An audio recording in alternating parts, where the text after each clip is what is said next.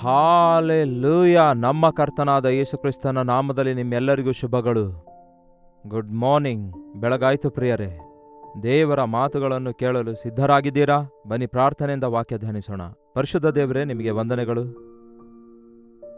ಈ ಒಂದು ಮಾಯದ ಲೋಕದಲ್ಲಿ, ಗೊಂದಲದ ಲೋಕದಲ್ಲಿ, ಯಾವ ಕಡೆಗೆ ಹೋಗಬೇಕೆಂದು ಗೊತ್ತಿಲ್ಲದೆ, ಏನು ಮಾಡಬೇಕೆಂದು ಗೊತ್ತಿಲ್ಲದ ಪರಿಸ್ಥಿತಿಯಲ್ಲಿ ಬದುಕುತ್ತಾ ಇರುವಾಗ ದೇವರೇ, ನಿಮ್ಮ ಮಾರ್ಗಗಳನ್ನು ಕಂಡುಕೊಂಡು ನಿಮ್ಮ ಚಿತ್ತವನ್ನು ಅರಿತು ನಿಮಗಿಷ್ಟಕರವಾಗಿ ಬದುಕಲು ಸಹಾಯ ಮಾಡಿರೆಂದು ಕ್ರಿಸ್ತನ ನಾಮದಲ್ಲಿ ಬೇಡುತ್ತೇನೆ ತಂದೆಯೇ, ಆಮೇನ್. ದೇವರಿಗೆ ಸ್ತೋತ್ರ. ಚೆನ್ನಾಗಿದ್ದೀರಾ ಪ್ರಿಯರೇ? ಸಂತೋಷದಿಂದ ನಿದ್ದೆ ಮಾಡಿ ಎಚ್ಚರಗೊಂಡಿದ್ದೀರಾ? ನೀವೆಂದಾದರೂ ದಾರಿ ತಪ್ಪಿದ್ದೀರಾ? ಏನಾದರೂ ದಾರಿ ತಪ್ಪಿದ್ದೀರಾ? ಈ ದಿನಗಳಲ್ಲಿ ಯಾರೂ ದಾರಿ ತಪ್ಪುತ್ತಾ ಇಲ್ಲ. ಯಾಕೆಂದರೆ GPS ಬಂದಿದೆಯಲ್ಲವೇ? ಅದನ್ನು ಹಾಕಿಕೊಂಡ್ರೆ ಸಾಕು, ಯಾವುದೇ ಸಣ್ಣ ಸಣ್ಣ ಸಂಧಿಗಳಾಗಲಿ ಎಲ್ಲಿದ್ರೂ ಸಹ ರೀಚ್ ಆಗ್ತಿದ್ದೇವೆ ಈಸಿಯಾಗಿ. ಹಾಗೆಯೇ ನಾವು ಕೂಡ ಬೈಕ್ ಓಡಿಸುವಾಗ, ಸೈಕಲ್ ತುಳಿಯುವಾಗ, ಇಲ್ಲವೇ ನಡೆದುಕೊಂಡು ಹೋಗುವಾಗ ದಾರಿ ಎಷ್ಟೋ ಸಾರಿ ನಾವು ತಪ್ಪಿ ಹೋಗ್ತಿದ್ದೆವು. ಯಾಕೆಂದರೆ ಹೊಸ ಊರಿಗೆ ಹೋದಾಗ ಅವರಿಗೆ ಇವರಿಗೆ ಕೇಳಿದ್ರೆ ಅವರು ನಮಗೆ ತಪ್ಪು ದಾರಿ ಹೇಳ್ತಾ ಇದ್ರು.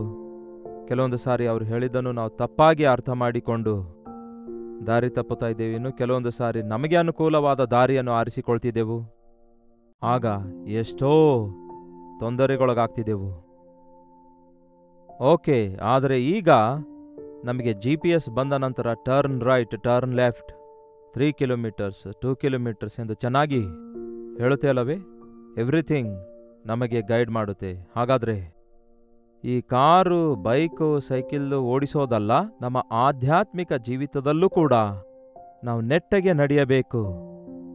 ನಮ್ಮ ಗಮ್ಯಕ್ಕೆ ಸೇರಬೇಕು. ನಮ್ಮ ಗುರಿ ತಪ್ಪಬಾರದು. ಅದೇ ಆಧ್ಯಾತ್ಮಿಕ ಜೀವಿತದಲ್ಲಿ ಮುಂದೆ ಸಾಗುವಂಥದ್ದಾಗಿದೆ. ಪೌಲನು ಹೇಳ್ತಾನಲ್ಲವೇ, ನಾನು ಗಾಳಿಯನ್ನು ಬಡಿದುಕೊಂಡು ಹೋಗುವಂತೆ ಆ ಕಡೆ ಈ ಕಡೆ ಹೊಡ್ಕೊಂಡು ಹೋಗದೆ ಇತರರಿಗೆ ಬೋಧಿಸುವಂತಹ ನಾನೇ ಎಲ್ಲಿ ಭ್ರಷ್ಟನಾಗುತ್ತೇನೆ ಅಂದುಕೊಂಡು ನನ್ನನ್ನು ನಾನು ಜಜ್ಜಿಕೊಳ್ತಿದ್ದೇನೆ ಅನ್ನುತ್ತಾನೆ.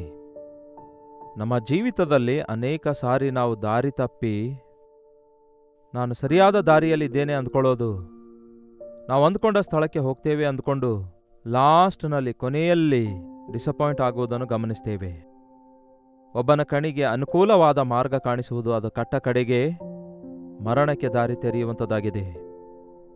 ನಿಜವೇ ಪ್ರಿಯರೇ, ನಮಗೆ ಗೊತ್ತಾಗದಂತೆ ಪ್ರತಿದಿನ ಎಷ್ಟೋ ಡಿಸಿಷನ್ಸ್ಗಳನ್ನು, ತೀರ್ಮಾನಗಳನ್ನು ತೆಗೆದುಕೊಳ್ತೇವೆ. ನಮಗೆ ಗೊತ್ತಾಗದಂತೆ ಎರಡರ ಮಧ್ಯೆ ಒದ್ದಾಡುತ್ತಾ ಇರ್ತೇವೆ. ಇದೋ ಅದೋ, ಅಲ್ಲಿಗೋ ಇಲ್ಲಿಗೋ, ಇದನ್ನು ಮಾಡಬೇಕೋ ಅದನ್ನು ಮಾಡಬೇಕು, ಏನು ಮಾಡಬೇಕು ಎಂಬ ಆಲೋಚನೆ ನಿಮಗೆ ಬರೋದಿಲ್ಲವೋ? ಕೆಲವೊಂದು ಸಾರಿ ನಮ್ಮ ಸ್ನೇಹಿತರಿಗೆ ಕೇಳ್ತೇವೆ, ಕೆಲವೊಂದು ಸಾರಿ ಗೂಗಲ್ನಲ್ಲಿ ಸರ್ಚ್ ಮಾಡ್ತೇವೆ, ಕೆಲವೊಂದು ಸಾರಿ ಯಾರಿಗಾದರೂ ಏನು ಮಾಡಬೇಕೆಂಬ ಸಲಹೆ ಕೇಳ್ತೇವೆ. ಆದರೆ ಯಾವತ್ತೇ ಆಗಲಿ ದೇವರು ನಮಗೆ ತನ್ನ ಚಿತ್ತ ತಿಳಿಯಪಡಿಸುವುದಕ್ಕಾಗಿ ಸಿದ್ಧವಾಗಿದ್ದಾರೆ ಎಂಬ ಸಂಗತಿಯನ್ನು ಗ್ರಹಿಸಿಕೊಳ್ಳೋದಾದರೆ, ನಮ್ಮನ್ನು ಬಹಳ ಚೆನ್ನಾಗಿ ಅರಿತ ದೇವರು ನಮ್ಮ ಮೇಲೆ ದೃಷ್ಟಿ ಇಟ್ಟು ನಡೆಸುತ್ತಾರೆ ಎಂದು ನಂಬುವುದಾದರೆ, ನೀವು ನಡೆಯಬೇಕಾದ ಮಾರ್ಗವನ್ನು, ದೇವರು ಪ್ರತಿಯೊಂದು ವಿಷಯದಲ್ಲಿ ಮಾಡಬೇಕಾದ ತೀರ್ಮಾನವನ್ನು ಕರ್ತನು ನಮಗೆ ತಿಳಿಯಪಡಿಸುತ್ತಾರೆ. ಸತ್ಯವೇದದಲ್ಲಿ ಕೀರ್ತನೆ 32ನೇ ಅಧ್ಯಾಯ 8ನೇ ವಚನ ಓದುತ್ತಿದ್ದೇನೆ, ಕೇಳಿರಿ. ಯೆಹೋವನು ನಿನ್ನನ್ನು ಉಪದೇಶಿಸಿ ನೀನು ನಡೆಯಬೇಕಾದ ಮಾರ್ಗವನ್ನು ಬೋಧಿಸುವನು. ನಿನಗೇ ಉಪದೇಶಿಸಿ ನೀನು ನಡೆಯಬೇಕಾದ ಮಾರ್ಗವನ್ನು ಬೋಧಿಸುವೆನು. ಏನಂತೆ? ಬೋಧಿಸುವೆನು ಅನ್ನುತ್ತಾರೆ. ಯಾವತ್ತೇ ಆಗಲಿ ಪ್ರಿಯರೇ, ನಾವು ಸಡನ್ನಾಗಿ ಒಂದು ತೀರ್ಮಾನ ತೆಗೆದುಕೊಳ್ಳುವಂಥದ್ದು ಸರಿಯಾಗಿರಲ್ಲ. ಗೊತ್ತಲ್ಲವೇ? ಒಂದು ಇಂಟರ್ವ್ಯೂಗೆ ಹೋಗಬೇಕಾದ್ರೆ ಪ್ರಿಪೇರ್ಡ್ ಆಗ್ತೇವಲ್ಲವೇ? ಸಿದ್ಧರಾಗ್ತೇವಲ್ಲವೇ? ಎಕ್ಸಾಮ್ ಬರೆಯಬೇಕಾದ್ರೆ ಸಿದ್ಧರಾಗ್ತೇವೆ. ಒಂದು ಮ್ಯಾರೇಜ್ಗೆ ಹೋಗಬೇಕಾದ್ರೆ ಸಿದ್ಧರಾಗ್ತೇವೆ. ಮದುವೆ ಆಗುವ ವಧು ಸಿದ್ಧಳಾಗ್ತಾಳೆ, ಮದುವೆ ಆಗುವ ವರ ಸಿದ್ಧನಾಗ್ತಾನೆ. ಒಕೇಶನ್ಗೆ ತಕ್ಕಂತೆ ನಾವು ಅದಕ್ಕೆ ಸಿದ್ಧರಾಗುತ್ತೇವೆ. ಹಾಗೆಯೇ ಅನುದಿನವೂ ನಮ್ಮ ಜೀವಿತದಲ್ಲಿ ಈ ದಿನ ನಾವು ಏನು ಮಾಡಬೇಕು ಎಂಬುದಾಗಿ ದೇವರ ಬಳಿಯಲ್ಲಿ ಒಂದು ಪ್ರಣಾಳಿಕೆ ಇರುತ್ತೆ. ಮೊದಲು ಅದನ್ನು ಹೇಳ್ತಾರೆ, ಈ ದಿನ ನೀನೇನು ಮಾಡಬೇಕು, ಎಲ್ಲಿಗೆ ಹೋಗಬೇಕು, ಏನು ಮಾತಾಡಬೇಕು, ಏನು ಸಾಧಿಸಬೇಕು, ಏನು ಪರಿಪೂರ್ಣ ಮಾಡಬೇಕು ಎಂದು ತಿಳಿಸುತ್ತಾರೆ. ಜೀವಿತವನ್ನು ಸುಮ್ಮನೆ ವ್ಯರ್ಥ ಮಾಡಿಕೊಳ್ಳಬಾರದು. ಗುರಿ ಇಲ್ಲದಂತಹ ಜೀವಿತವಲ್ಲ ಕ್ರೈಸ್ತಿಯ ಜೀವಿತ. ಒಮ್ಮೆ ಯೋಚಿಸಬೇಕು, ಬೆಳಗ್ಗೆಯಿಂದ ಸಾಯಂಕಾಲದವರೆಗೂ ಏನ್ ಮಾಡಿದ್ದೇನೆ, ಯಾವ ಕೆಲಸ ಮಾಡಿದ್ದೇನೆ, ಯಾವ ಪ್ರಯತ್ನಗಳು ಸಫಲವಾದವು, ವಿಫಲವಾದವು, ಏನನ್ನು ಸಾಧಿಸಿದ್ದೇವೆ ನಾವು ಎಂದು ಪರಿಶೀಲಿಸಿಕೊಳ್ಳೋದು ಬಹಳ ಅವಶ್ಯಕವಾಗಿದೆ. ನಮ್ಮ ಜೀವಿತ ಧನ್ಯ ಆಗಬೇಕಾದ್ರೆ ಕೇಳಿ ಪ್ರಿಯರೇ, ಒಂದೇ ಜೀವಿತ ನಮಗೆ ಕೊಡಲಾಗಿದೆ. ಆ ಜೀವಿತದಲ್ಲಿ ಏನ್ ಮಾಡುತ್ತಿದ್ದೇವೋ ಅದನ್ನು ಮಾತ್ರವೇ ನಮಗೆ ನ್ಯಾಯ ತೀರ್ಪಿನ ದಿನದಲ್ಲಿ ನಮಗೆ ಅದಕ್ಕೆ ಪ್ರತಿಫಲ ಹೊಂದುತ್ತೇವೆ. ಒಳ್ಳೆಯದಾಗಿರೋದಾದ್ರೆ ಒಳ್ಳೆಯದು, ಕೆಟ್ಟದಾಗಿದ್ರೆ ಕೆಟ್ಟದರ ಪ್ರತಿಫಲ ಅನುಭವಿಸ್ತೇವೆ. ಅದಕ್ಕೆ ನಮ್ಮ ಜೀವಿತ ಬಹಳ ಬೆಲೆಯುಳ್ಳದಾಗಿದೆ. ನಮ್ಮ ನಡತೆ, ನಮ್ಮ ಪ್ರವರ್ತನೆ, ನಮ್ಮ ವರ್ತನೆ ಗಮನಿಸಿಕೊಳ್ಳುತ್ತಾ ಇರಬೇಕು. ಕರ್ತನು ಹೇಳುತ್ತಾರೆ, ನಿನ್ನ ಮೇಲೆ ನಾನು ದೃಷ್ಟಿ ಇಡುತ್ತೇನೆ, ನಿನಗೆ ಆಲೋಚನೆ ಹೇಳುತ್ತೇನೆ, ನಿನಗೆ ಬೋಧಿಸುತ್ತೇನೆ, ನೀನು ನಡೆಯಬೇಕಾದ ಮಾರ್ಗವನ್ನು ನಿನಗೆ ಬೋಧಿಸುತ್ತೇನೆ. ಏನಂತೆ? ನಿನ್ನ ಮೇಲೆ ದೃಷ್ಟಿ ಇಟ್ಟು ನಿನಗೆ ಆಲೋಚನೆ ಹೇಳುವೆನು. ಆತನು ಯಾವುದು ಯಾವ ರೀತಿಯಾಗಿ ಮಾಡಬೇಕು, ಇದನ್ನು ಮಾಡಿದ್ರೆ ಏನಾಗುತ್ತೆ, ಅದನ್ನು ಮಾಡಿದ್ರೆ ಏನಾಗುತ್ತೆ ಎಂದು ವಿವರಿಸಿ ನಮಗೆ ತಿಳಿಸಿ ನಮಗೆ ಅರ್ಥ ಆಗುವಂತೆ ಮಾಡ್ತಾರೆ. ಯಾಕೆ ಹೋಗ್ತಿದ್ದೇನೆ ಈ ದಾರಿಯಲ್ಲಿ ಗೊತ್ತಿಲ್ಲ, ಯಾಕೆ ಈ ಕೆಲಸ ಮಾಡ್ತಿದ್ದೇನೆ ಅನ್ನುವಂಥದ್ದಲ್ಲ ಪ್ರಿಯರೇ. ದೇವರ ಪ್ರಣಾಳಿಕೆಯಲ್ಲಿ ನನ್ನ ಮೇಲಿಗೋಸ್ಕರ, ಅನೇಕರಿಗೆ ಆಶೀರ್ವಾದಕರವಾಗಿರೋದಕ್ಕೋಸ್ಕರ ದೇವರು ನಮ್ಮ ಮೂಲಕ ತನ್ನ ಕಾರ್ಯಗಳನ್ನು ನೆರವೇರಿಸುತ್ತಾರೆ. ಅದಕ್ಕಾಗಿಯೇ ದೇವರು ಈ ದಿನ ನಮ್ಮೆಲ್ಲರೊಂದಿಗೆ ಪ್ರತಿ ದಿನ ಮಾತಾಡಬೇಕೆಂದು ಆಶಿಸುತ್ತಾ ಇದ್ದಾರೆ. ಕೆಲವರು ನಂಬಿಕೆಯಿಂದ ದೇವರ ಮಾತುಗಳನ್ನು ಓದಿದಾಗ ಆ ಮಾತಿನ ಪ್ರಕಾರ ನಡೆಯುತ್ತಿದ್ದಾರೆ. ಜೀವಿತದಲ್ಲಿ ಅನಾವಶ್ಯಕವಾದ ವ್ಯರ್ಥಗಳು, ವೇದನೆಗಳು, ಚಿಕ್ಕುಗಳಿಗೆ, ಸಮಸ್ಯೆಗಳಿಗೆ ಗುರಿಯಾಗದೆ ಶೋಧನೆಯಿಂದ ತಪ್ಪಿಸಿಕೊಳ್ತಿದ್ದಾರೆ. ಯಾಕೆಂದರೆ ಆಲೋಚನೆ ಹೇಳುವ ಕರ್ತನು ನಮಗಿದ್ದಾರೆ. ದಿಸ್ ಈಸ್ ದ ಬೆಸ್ಟ್, ಇದು ನೀನು ಹೋಗಬೇಕಾದ ಮಾರ್ಗ, ಇದನ್ನು ಮಾಡು, ಇದನ್ನು ಮಾಡಬೇಡ, ಹೀಗಿರಬೇಕು, ಹಾಗಿರಬಾರದು ಎಂದು ಕರ್ತನು ಹೇಳುತ್ತಾನೆ. ಇನ್ನು ಹಾಗೆಯೇ ಯೆಶಾಯ ಪುಸ್ತಕದಲ್ಲಿ ಮತ್ತೊಂದು ವಿಷಯ ಓದುತ್ತಿದ್ದೇನೆ ಕೇಳಿ. ಯೆಶಾಯನ ಪುಸ್ತಕ 30ನೇ ಅಧ್ಯಾಯ, ಯೆಶಾಯನ ಪುಸ್ತಕ 30ನೇ ಅಧ್ಯಾಯ 21ನೇ ವಚನ. ನೀವು ಬಲಕ್ಕಾಗಲಿ ಎಡಕ್ಕಾಗಲಿ ತಿರುಗಿಕೊಳ್ಳುವಾಗ, ಏನಂತೆ? ನೀವು ಬಲಕ್ಕಾಗಲಿ ಎಡಕ್ಕಾಗಲಿ ತಿರುಗಿಕೊಳ್ಳುವಾಗ ಇದೇ ಮಾರ್ಗ, ಇದರಲ್ಲೇ ನಡೆಯಿರಿ ಎಂದು ನಿನ್ನ ಹಿಂದೆ ಆಡುವ ಮಾತು ನಿಮ್ಮ ಕಿವಿಗೆ ಬೀಳುವುದು. ಈ ದಿನಗಳಲ್ಲಾದರೂ ಯಂತ್ರಗಳು ಮಾತಾಡ್ತಿವೆ, ಕಂಪ್ಯೂಟರ್ಗಳು ಮಾತಾಡ್ತಿವೆ, GPS ಮಾತು ಕೇಳ್ತೇವೆ. ದೇವರು ಮಾತಾಡ್ತಾರಂದ್ರೆ ಮತ್ತ್ಯಾಕೆ ನಂಬೋದಿಲ್ಲ? ಸೃಷ್ಟಿಸಿರುವ ಸೃಷ್ಟಿಕರ್ತ ನಮಗೆ ನಾಲಿಗೆ ಕೊಟ್ಟ ಆತನಿಗೆ ನಾಲಿಗೆ ಇಲ್ಲವೋ? ನಮಗೆ ಕಣ್ಣು ಕೊಟ್ಟ ಆತನಿಗೆ ಕಣ್ಣಿಲ್ಲವೋ? ನಮಗೆ ಕಿವಿಯನ್ನುಂಟು ಮಾಡಿದ ಆತನಿಗೆ ಕಿವಿಗಳಿಲ್ಲವೋ? ನೋಡಿ ಪ್ರಿಯರೇ, ನಮಗೆ ಬಾಯಿ ಕೊಟ್ಟ ಆತನು ಮಾತಾಡುವುದಿಲ್ಲವೋ? ಕಣ್ಣು ಕೊಟ್ಟ ಆತನು ನೋಡುವುದಿಲ್ಲವೋ? ಗಮನ ಕೊಟ್ಟು ಕೇಳಿ. ಕಣ್ಣು ಕೊಟ್ಟ ಆತನು ನೋಡುವುದಿಲ್ಲವೋ? ಕಿವಿ ಕೊಟ್ಟ ಆತನು ಕೇಳುವುದಿಲ್ಲವೋ? ನಿನ್ನ ಮೊರೆ ಕೇಳಬೇಕೆಂದು, ನಿನ್ನನ್ನು ನೋಡಿ ನಿನಗೆ ಆಲೋಚನೆ ಹೇಳಬೇಕೆಂದು, ನಿನ್ನೊಂದಿಗೆ ನಿಕಟವಾದ ಸಹವಾಸ ಹೊಂದಿಕೊಂಡಿರಬೇಕೆಂದು ದೇವರು ಮಾನವರೊಂದಿಗೆ ಈ ದಿನ ಕರುಣೆ ತೋರಿಸಿ ಪ್ರೀತಿಯಿಂದ ನಮ್ಮನ್ನು ಕರೆಯುತ್ತಾ ಇದ್ದಾರೆ. ಆದರೆ ನಾವು ಕೇಳ್ತಾ ಇಲ್ಲ. ದೇವರ ಸ್ವರ ಕೇಳ್ತಾ ಇಲ್ಲ, ಮನುಷ್ಯರ ಸ್ವರ ಕೇಳ್ತಿದ್ದೇವೆ, ನಮ್ಮ ಅಂತರಾತ್ಮ ಸ್ವರ ಕೇಳ್ತಿದ್ದೇವೆ, ಯಂತ್ರಗಳ ಸ್ವರ ಕೇಳ್ತಿದ್ದೇವೆ. ನೀವು ಬಲಕ್ಕಾಗಲಿ ಎಡಕ್ಕಾಗಲಿ ತಿರುಗಿಕೊಳ್ಳುವಾಗ ಇದೇ ದಾರಿ ತಪ್ಪುವುದಾದರೆ ಇದೇ ಸರಿಯಾದ ಮಾರ್ಗ, ಅದು ಸರಿಯಾದ ಮಾರ್ಗವಲ್ಲ ಎಂದು ಕರ್ತನ್ ಹೇಳ್ತಾರೆ. ನನ್ನ ಬಳಿಯಲ್ಲಿ ಒಂದು ಕಾಂಪಾಸ್ ಇದೆ, ದಿಕ್ಸೂಚಿ ಇದೆ. ನಿಮಗೆ ಗೊತ್ತಲ್ಲವೇ? ದಿಕ್ಸೂಚಿಯಲ್ಲಿ ಯಾವತ್ತೇ ಆಗಲಿ ಈಸ್ಟ್ ವೆಸ್ಟ್ ತೋರಿಸುತ್ತದೆ. ನಾವು ಯಾವ ಕಡೆ ತಿರುಗಿದ್ರೂ ಕೂಡ, ಯಾವ ಕಡೆ ತಿರುಗಿದ್ರು, ಎಲ್ಲಿಗೆ ಹೋದ್ರು ದಾರಿ ತಪ್ಪದಂತೆ ಇದು ಪೂರ್ವ, ಇದು ಪಶ್ಚಿಮ, ಇದು ಉತ್ತರ, ಇದು ದಕ್ಷಿಣ ಎಂದು ನಾವು ಕದಲುತ್ತಾ ಇರುವಾಗ ಅದು ದಾರಿ ತೋರಿಸುತ್ತೆ. ಅದು ತಪ್ಪು ಮಾಡಲ್ಲ, ನಾವು ತಪ್ಪು ಮಾಡಬಹುದು.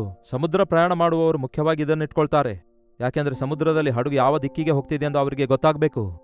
ಸಮುದ್ರ ಅಂದ್ರೆ ದೊಡ್ಡದಾಗಿ, ಅಗಾಧವಾಗಿ, ಅಗಲವಾಗಿ ದೊಡ್ಡ ಸಮುದ್ರ ಜಲಮಯವಾಗಿರುತ್ತದಲ್ಲವೇ?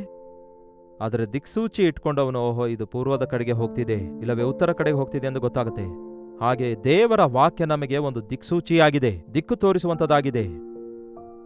ಆತನ ವಾಕ್ಯ ನಮಗೆ ಮಾರ್ಗವನ್ನು ತೋರಿಸುವಂಥದ್ದಾಗಿದೆ. ನಾವು ತಪ್ಪು ಮಾರ್ಗದಲ್ಲಿ ಹೋಗುವಾಗ ನೋನೋ ಇದು ರೈಟ್ ಮಾರ್ಗ, ಇದು ತಪ್ಪು, ಇದಲ್ಲ, ಇದು ಈಸ್ಟ್, ಅದಲ್ಲ, ಅದು ವೇಸ್ಟ್, ಇದು ಈಸ್ಟ್ ವೇಸ್ಟ್ ಎಂದು ನಮಗೆ ಗಮ್ಯಕ್ಕೆ ಸೇರುವ ಹಾಗೆ ದೇವರ ವಾಕ್ಯ ನಮ್ಮನ್ನು ನಡೆಸುವಂಥದ್ದಾಗಿದೆ. ಎಷ್ಟು ಜನ ನಿಮ್ಮಲ್ಲಿ ದೇವರ ವಾಕ್ಯವನ್ನು ಓದಿ ದೇವರ ಮಾರ್ಗಗಳನ್ನು ಅರಿತುಕೊಂಡು ದೇವರಿಗೋಸ್ಕರ ಜೀವಿಸಬೇಕೆಂದು ಒಂದು ಪ್ರಣಾಳಿಕೆಯಿಂದ ಬದುಕುತ್ತಾ ಇದ್ದೀರಿ? ಆತನ ಮೃದುವಾದ ಸ್ವರವನ್ನು ಕೇಳಿ ಆತನ ಮಾತಿನ ಪ್ರಕಾರ ನಡೆಯಬೇಕೆಂದು ಎಷ್ಟು ಜನ ಆಸೆ ಪಡ್ತಾ ಇದ್ದೀರಿ? ನಿಮ್ಮ ಮೇಲೆ ದೃಷ್ಟಿ ಇಟ್ಟು ನಿಮಗೆ ಆಲೋಚನೆ ಹೇಳುವೆನು. ನೀವು ನಡೆಯಬೇಕಾದ ಮಾರ್ಗವನ್ನು ನಾನು ನಿಮಗೆ ಬೋಧಿಸುವೆನು ಅನ್ನುತ್ತಾರೆ. ನೀವು ಬಲಕ್ಕಾಗಲಿ ಎಡಕ್ಕಾಗಲಿ ತಿರುಗಿಕೊಳ್ಳುವುದಾದರೆ ಇದೇ ಮಾರ್ಗ, ಇದರಲ್ಲೇ ನಡೆಯಿರಿ ಎಂದು ನಿಮ್ಮ ಹಿಂದೆ ಒಂದು ಶಬ್ದವು ನಿಮ್ಮ ಕಿವಿಗೆ ಬೀಳುವುದು. ಬಹಳಷ್ಟು ಸಾರಿ ನಾವು ತಪ್ಪಾದ ದಾರಿಯನ್ನು ಕೋರಿಕೊಂಡು ದೇವರ ಸ್ವರವನ್ನು ಕೇಳದೆ ನಾವು ದಾರಿ ತಪ್ಪಿ ಹೋಗುತ್ತೇವೆ. ಒಂದು ಕಾಲದಲ್ಲಿ ನೀಲಗಿರೀಸ್ ಬೆಟ್ಟದಲ್ಲಿರುವ ಆದಿವಾಸಿಗಳ ಮಧ್ಯದಲ್ಲಿ ಸೇವೆ ಮಾಡ್ತಿದ್ದೆ. ಹೆಚ್ಚು ಕಡಿಮೆ 2 ವರ್ಷ ಅವರ ನಡುವೆ ಇದ್ದು ಸೇವೆ ಸಲ್ಲಿಸಿದ್ದೇನೆ 1980ಸ್ನಲ್ಲಿ. ಆ ಸಮಯದಲ್ಲಿ ಆ ಅರಣ್ಯದಲ್ಲಿ ಹೋಗುವಾಗ ಚಿಕ್ಕ ಚಿಕ್ಕ ದಾರಿಗಳಿದ್ವು. 40 ಮಂದಿ, 30 ಮಂದಿ, 20 ಮಂದಿ ಸೇರಿದ್ರೆ ಅದೊಂದು ಊರು. ಅವು ಎಲ್ಲೋ ಬೆಟ್ಟ ಶಿಖರದ ಮೇಲೆಯೋ ಎಲ್ಲೋ ತಗ್ಗಿನಲ್ಲಿಯೋ ಆ ರೀತಿಯಾಗಿ ಅವರು ಕೂಡಿ ಜೀವಿಸುತ್ತಾ ಇದ್ರು. ಆನೆಗಳಿಗೆ ಭಯಪಟ್ಟು ನೀರು, ಕೆಲವು ಮೂಲ ಸೌಕರ್ಯ ಇರುವ ಸ್ಥಳಗಳಲ್ಲಿ ಅವರು ವಾಸ ಮಾಡುತ್ತಾ ಇದ್ರು. ಅವರಿಗೆ ಹೊರಲೋಕದೊಂದಿಗೆ ಸಂಬಂಧವೇ ಇರಲಿಲ್ಲ. ಅವರ ಬಳಿಗೆ ಹೋಗಬೇಕಾದ್ರೆ ಆ ಊರಿಗೆ ಸೈನ್ ಬೋರ್ಡ್ಸ್ ಇರೋದಿಲ್ಲ, ಅಲ್ಲಿ ಯಾವ GPS ಕೆಲಸ ಮಾಡಲ್ಲ, ಯಾವುದೇ ವಿಧವಾದಂತಹ ಅವಕಾಶವಿಲ್ಲ, ಹುಡುಕುತ್ತಾ ಹೋಗಬೇಕು. ನಮಗೆ ಗೊತ್ತಾಗೋದು ಹೇಗೆ ಅಂದರೆ ಅಲ್ಲಲ್ಲಿ ಸ್ವಲ್ಪ ಖಾಲಿ ದಾರಿಗಳು ಕಾಣಿಸುತ್ತವೆ. ದಿನಾಲು ಹೋಗುತ್ತಾ ಬರುತ್ತಾ ಇರೋದ್ರಿಂದ ಅಲ್ಲಿ ಕಾಲು ನಡಿಗೆಯಿಂದ ಉಂಟಾದ ಒಂದು ದಾರಿ ಕಾಣಿಸುತ್ತಾ ಇತ್ತು. ಹಳ್ಳಿ ಊರುಗಳಲ್ಲಿ ಕಾಲು ನಡಿಗೆಯ ದಾರಿ ಕಾಣಿಸುತ್ತದಲ್ಲವೇ? ಯಾವಾಗಲೂ ನಡೆಯುವಂತಹ ಸ್ಥಳ ಸ್ವಲ್ಪ ಗಟ್ಟಿಯಾಗ್ಬಿಡುತ್ತೆ. ಅಲ್ಲಿ ಆ ಮಾರ್ಗ ನಮಗೆ ಸ್ವಲ್ಪ ಬಹಳ ಚೆನ್ನಾಗಿ ಕಾಣಿಸುತ್ತೆ. ಸೊ ಆ ಕಾಲ್ನಡಿಗೆಯ ದಾರಿಗಳು, ಆ ಕಾಲ್ನಡಿಗೆಯ ದಾರಿ ನೋಡಿಕೊಂಡು ಹೋಗ್ತಾ ಇದ್ದೇವೆ. ಕೆಲವೊಂದು ಸಾರಿ ದಟ್ಟವಾಗಿರುವ ಗಿಡಗಳು, ಮರಗಳು ಇರುವಾಗ ಕಾಲ್ನಡಿಗೆ ಕಾಣಿಸೋದಿಲ್ಲ.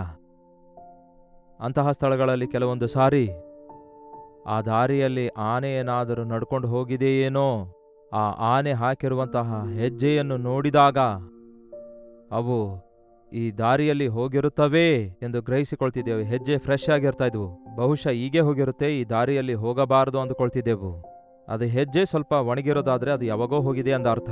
ಈ ರೀತಿ ಗುರುತಿಸಿ ತಿರುಗಾಡ್ತಾ ಇದ್ದೆವು. ಅಷ್ಟಕ್ಕೂ ಎಷ್ಟೇ ಪ್ರಯತ್ನ ಮಾಡಿದ್ರೂ ಕೆಲವೊಮ್ಮೆ ದಾರಿ ತಪ್ಪುತ್ತಾ ಇದ್ದೆವು. ಒಂದು ಬೆಟ್ಟಕ್ಕೆ ಹೋಗಬೇಕಾದವರು ಇನ್ನೊಂದು ಬೆಟ್ಟಕ್ಕೆ ಹೋಗ್ತಿದ್ದೆವು. ಸಾಯಂಕಾಲದವರೆಗೂ ತಿರುಗಾಡಿ ಏನು ದಾರಿ ಕಾಣದೆ, ಹಿಂದಕ್ಕೂ ಕೂಡ ತಿರುಗಿ ಬರಲು ಗತಿಯಿಲ್ಲದೆ ಅಂತಹ ಭಯಂಕರವಾದ ಪರಿಸ್ಥಿತಿಯಲ್ಲಿ ಸಿಕ್ಕಾಕೊಂಡ ದಿನಗಳು ಎಷ್ಟೋ ಇವೆ. ನಾವು ಕೂಡ ಆಧ್ಯಾತ್ಮಿಕ ಜೀವಿತದಲ್ಲಿ ದಾರಿ ತಪ್ಪಿ ಹೋಗ್ತಿದ್ದೇವೆ. ಎಲ್ಲಿಗೆ ಹೋಗುತ್ತಾ ಇದ್ದೇವೆಂದು, ಎಷ್ಟು ದೂರ ಹೋಗಿದ್ದೇವೆ ದೇವರಿಂದ ಎಂಬುದನ್ನು, ಯಾವ ಕಡೆಗೆ ಹೋಗ್ತಿದ್ದೇವೆ ಎಂಬುದನ್ನು ತಿಳಿದುಕೊಳ್ಳಲಾರದೆ ಈ ದಿನ ನಾನು ಚೆನ್ನಾಗಿದ್ದೇನೆ ಬಿಡಿ, ಚೆನ್ನಾಗಿ ಪ್ರಾರ್ಥನೆ ಮಾಡಿಕೊಳ್ತಿದ್ದೇನೆ, ಸಭೆಗೆ ಹೋಗ್ತಿದ್ದೇನೆ, ಅದನ್ನು ಮಾಡ್ತಿದ್ದೇನೆ, ಇದನ್ನು ಮಾಡ್ತಿದ್ದೇನೆ ಅನ್ನುತ್ತಾರಲ್ಲವೇ? ನಾನು ಹೋಗುವ ಮಾರ್ಗವೇ ಸರಿಯಾದದ್ದು ಅಂದುಕೊಳ್ತಾ ಎಲ್ಲೋ ಒಂದು ಕಡೆ ಸಿಕ್ಕಾಕೊಂಡವರನ್ನು, ಸಾಲದಲ್ಲಿ ಸಿಕ್ಕಾಕೊಂಡವರನ್ನು, ಸಮಸ್ಯೆಗಳಲ್ಲಿ ಸಿಕ್ಕಾಕೊಂಡವರನ್ನು, ಡೆಡ್ ಎಂಡಿಗೆ ಬಂದು ಯಾವ ಕಡೆಗೆ ಹೋಗಬೇಕೆಂದು ಗೊತ್ತಾಗದೆ ನಿಂತಿರುವವರನ್ನು, ಹೋಗಬೇಕಾದ ಗಮ್ಯ ತಪ್ಪು ದಾರಿ ಹಿಡಿದು ತಪ್ಪಾದ ಸ್ಥಿತಿಯಲ್ಲಿ ಸಿಕ್ಕಿಬಿದ್ದವರ ಕುರಿತು ನಾವು ಕೇಳುತ್ತೇವಲ್ಲವೇ? ಈ ಆಧ್ಯಾತ್ಮಿಕ ಜೀವಿತದಲ್ಲಿ ನಾವು ದೇವರಿಗೆ ಇಷ್ಟಕರವಾಗಿರಬೇಕಾದರೆ ಹೇಗೆ ನಡೆಯಬೇಕು, ಹೇಗೆ ನಡೆದುಕೊಳ್ಳಬೇಕು, ಹೇಗೆ ಪ್ರವರ್ತಿಸಬೇಕು, ಏನು ಮಾಡಬೇಕು ಎನ್ನುವುದು ತಿಳಿದುಕೊಳ್ಳುವುದಕ್ಕಾಗಿಯೇ ದೇವರ ವಾಕ್ಯ ಓದಿ ಪ್ರಾರ್ಥಿಸುವುದಾದರೆ ನಿಮ್ಮ ಮೇಲೆ ದೃಷ್ಟಿ ಇಟ್ಟು ನಿಮಗೆ ಬೋಧಿಸುತ್ತೇನೆ ಅನ್ನುತ್ತಾರೆ. ನೀವು ನಡೆಯಬೇಕಾದ ಮಾರ್ಗವನ್ನು ನಿಮಗೆ ತಿಳಿಸುತ್ತೇನೆ ಅನ್ನುತ್ತಾರೆ. ನಿಮಗೆ ಆಲೋಚನೆ ಹೇಳುತ್ತೇನೆ ಅನ್ನುತ್ತಾರೆ. ಬಲಕ್ಕಾಗಲಿ ಎಡಕ್ಕಾಗಲಿ ನೀವು ತಿರುಗಿಕೊಳ್ಳದಂತೆ ಇದೇ ಮಾರ್ಗವಾಗಿದೆ, ಇದರಲ್ಲೇ ನಡೆಯಿರಿ, ನೀವು ಸುರಕ್ಷಿತವಾಗಿ ಗಮ್ಯಕ್ಕೆ ಸೇರುತ್ತೀರಿ ಎಂಬುದಾಗಿ ಹೇಳುವ ಸ್ವರವನ್ನು, ನಿಮ್ಮ ಹಿಂದೆಯಿಂದ ಹೇಳುವ ಮೃದುವಾದ ಸ್ವರವನ್ನು ಕೇಳುತ್ತೀರಿ. ಇದನ್ನು ನೀವು ನಂಬುತ್ತಾ ಇದ್ದೀರಾ? ದೇವರೇ, ನಾನು ನಡೆಯಬೇಕಾದ ಮಾರ್ಗವನ್ನು ನನಗೆ ಕಲಿಸಿಕೊಡು. ಈ ದಿನದಲ್ಲಿ ನಾನು ಮಾಡಬೇಕಾದ ಕೆಲಸವನ್ನು ಮಾಡಿ ಮುಗಿಸಲು ನಿಮ್ಮ ಸಹಾಯ ದಯಪಾಲಿಸಿರಿ. ಮತ್ತೊಂದು ಹೊಸ ದಿನ ಕೊಟ್ಟಿದ್ದೀರಿ. ಈ ದಿನದಲ್ಲಿ ದೇವರೇ, ನಾನು ಎಲ್ಲಿಗೆ ಹೋಗಬೇಕು, ಏನ್ ಮಾಡಬೇಕು ಎಂಬ ಗುರಿಯಲ್ಲಿದೆ. ನೋಡಿ ಪ್ರಿಯರೇ, ನಾವು ದೇವರ ಮಕ್ಕಳಾದ್ಮೇಲೆ ನಾವು ಏನೇ ಮಾಡಿದ್ರು, ಯಾವ ಉದ್ಯೋಗ ಮಾಡಿದ್ರು, ಯಾವುದೇ ವ್ಯಾಪಾರ ಮಾಡಿದ್ರು, ಪ್ರಸಂಗ ಮಾಡಿದ್ರು, ಪ್ರಯಾಣ ಮಾಡಿದ್ರು, ಇಲ್ಲವೇ ನಾವು ಸಂತೋಷವಾಗಿ ಒಂದು ಹಾಲಿಡೇಸ್ಗೆ ಹೋದ್ರೂ ಕೂಡ, ಹೀಗೆ ನಾವು ಏನೇ ಮಾಡಿದ್ರೂ ಕೂಡ ದೇವರಿಗೆ ಮಹಿಮೆ ಪಡಿಸುವ ಹಾಗಿರಬೇಕು.